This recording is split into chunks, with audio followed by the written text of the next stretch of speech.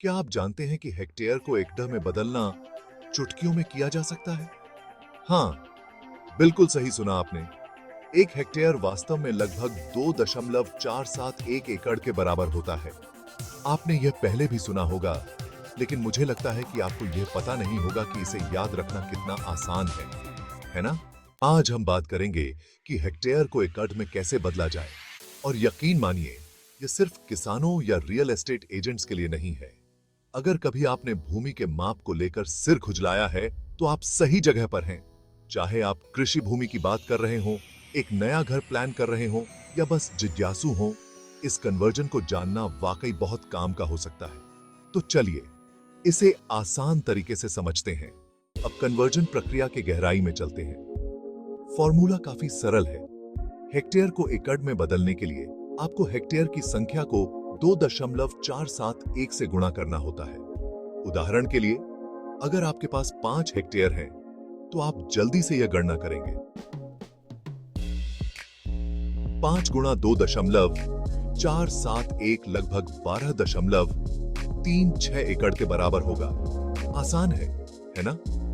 मान लीजिए आपके पास 10 हेक्टेयर हैं। बस इसे 2.471 से गुणा करें और आपको लगभग 24.71 एकड़ मिलेगा। यदि नंबर आपके लिए चुनौतीपूर्ण है, तो आप कैलकुलेटर या कन्वर्जन ऐप का उपयोग भी कर सकते हैं। अब यहां एक मजेदार बात है। मेरे पास आपके लिए एक सरल ट्रिक है जो आपको सेकंड्स में कन्वर्जन करने में मदद कर सकती है। सही संख्या को याद करने की बजाय बस याद रखें कि एक हेक्टेयर लगभग 2.5 एकड़ के बराबर होता है। तो यदि आपको जल्दी कन्वर्जन की जरूरत है, तो इसे राउंड करके 2.5 से गुणा कर सकते हैं। उदाहरण के लिए, अगर आपके पास 8 हेक्टेयर हैं, तो आप जल्दी से सोच सकते हैं। ठीक है, 8 गुणा 2.5 यानी 20 एकड़।